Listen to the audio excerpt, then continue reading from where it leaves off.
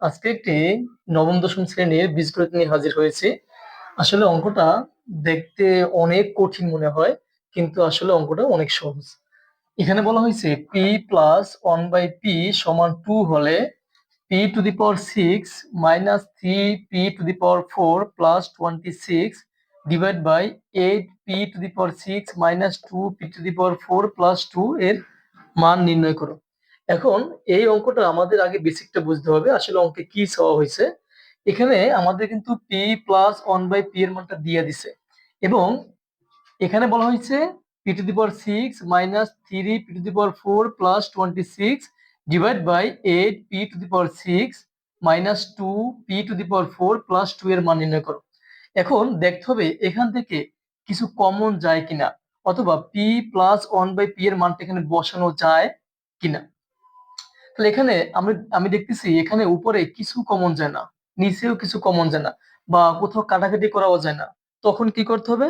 তখন মনে রাখবা যে p plus one by p সমান 2 যদি কখনো আমাদের অঙ্কে দিয়ে দেয়, তাহলে মনে রাখবা এখান থেকে তুমি প্রথমে পি এর মানটা হোক, বা এ এর মানটা, বি এর মানটা, সি এর মানটা তুমি বের করে নিবা। যদি বলা হয় এ প্লাস ওয়ান বাই এ সমান 2, তুমি এখান থেকে এর মানটা বের করে নিবা। যদি বলা হয় b plus one by b সমান 2, তাহলে তুমি এখান থেকে বি মানটা বের করে নিবা। যদি বলা হয় m plus one by m সমান 2, তুমি এখান থেকে এম এর মানটা বের করে নিবা। কারণ এখানে p plus one by p এর কোনো সূত্র অ্যাপ্লাই করা যায় না, বা কমন নেওয়া যায় না যে আমরা এখান থেকে এই মানটা এখানে বসাবো। এক্ষেত্রে কি করতে হবে তোমার? এক্ষেত্রে তোমার এখান থেকে পি এর মানটা বের করে নিতে হবে।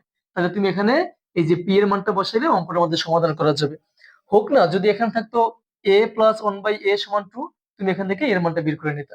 এখন আমি তোমাদের এর আগে কয়েকটা ক্লাসে বলেছিলাম যে এ প্লাস ওয়ান বাই এ সমান 2 যদি হয়, সবসময় এর মানটা 1 বের হবে। আবার তাহলে p plus one by p সমান যদি 2 হয়, বলো তো এখানে পি এর মানটা কত বের হবে? পি এর মানটা 1 বের হবে, এটা কনফার্ম।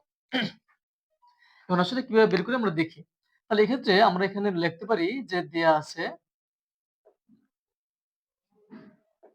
আছে p plus one by p সমান 2। তাহলে বা আমরা এখন যে কাজটা করব, এখানে লসাগু করব। যদি লসাগু করি তাহলে পি, এবার নিচে একটা মনে মনে 1 আছে, তাহলে লসাগু পি হবে। তা পি দিয়ে পি এ গুণ করলে হবে পি স্কয়ার, প্লাস এখানে কি হবে 1 ইকুয়াল কত 2। এখন দেখো বা এটাকে আমরা এখন আর গুণন করব। এর নিচে একটা 1 আছে, 1 যেটাকে গুণ করলে হয় P square plus 1 equal P into 2 কি হয় 2p। তাহলে বা এখন এখান থেকে পি স্কয়ার, এই যে প্লাস 2p বামে নিয়ে আসবো, তাহলে মাইনাস 2p প্লাস 1 ইকুয়াল কি হবে 0। এখন একটু যদি খেয়াল করি আমরা, মনে করো এই যে পি স্কয়ার এটাকে তুমি এ ধরতে পারো, আর এখানে অন্যের উপর স্কয়ার দেওয়া যা না দেওয়া একই কথা। তাহলে এটা এ স্কয়ার, এটা বি স্কয়ার। তাহলে এখানে কিন্তু আমরা লিখতে পারি বা যে পি স্কয়ার মানে এ স্কয়ার মাইনাস বি স্কয়ার মানে এ স্কয়ার বি স্কয়ার, মাঝখানে কি হবে 2ab, সূত্রে 2a কোনটা পি, 2ab কোনটা 1 ইকুয়াল কত 0। তাহলে এখন দেখো বা এখানে a square minus 2ab plus b square সূত্র হবে a minus b whole square equal কি হবে 0। তাহলে বা এখন p মাইনাস 1 ইকুয়াল, এটা স্কয়ার না, ডানে গেলে কি হবে? ডানে গেলে রুট ওভার 0 হয়ে যাবে। এখন যেহেতু আমরা এখান থেকে পি এর মানটা বের করব, তাহলে এখান থেকে লিখতে পারি যে বা পি মাইনাস 1 ইকুয়াল 0, রুটকে 0 দিলে 0 হয়। তাহলে বা এখান থেকে পি ইকুয়াল, তাহলে মাইনাস 1 ডানে গেলে কি হবে প্লাস 1। পি এর মানটা কত বের হয়েছে? 1 বের হয়েছে। সবসময় মনে রাখবা যখনই কখনো এই ধরনের অঙ্ক থাকে যে পি প্লাস 1 বাই পি সমান 2, অথবা এ প্লাস 1 বাই এ সমান 2, অথবা এম প্লাস 1 বাই এম সমান 2, সবসময় মনে রাখবে এখান থেকে পি এর মানটা বা এম এর মানটা বা এর মানটা 1 ই বের হবে।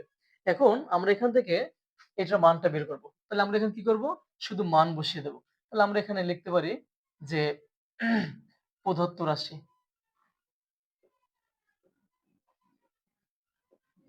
তাহলে প্রদত্ত রাশি আছে p to the power 6 minus 3 to the power 4 plus 26 divide by 8p to the power 6 minus 2p to the power 4 plus 2।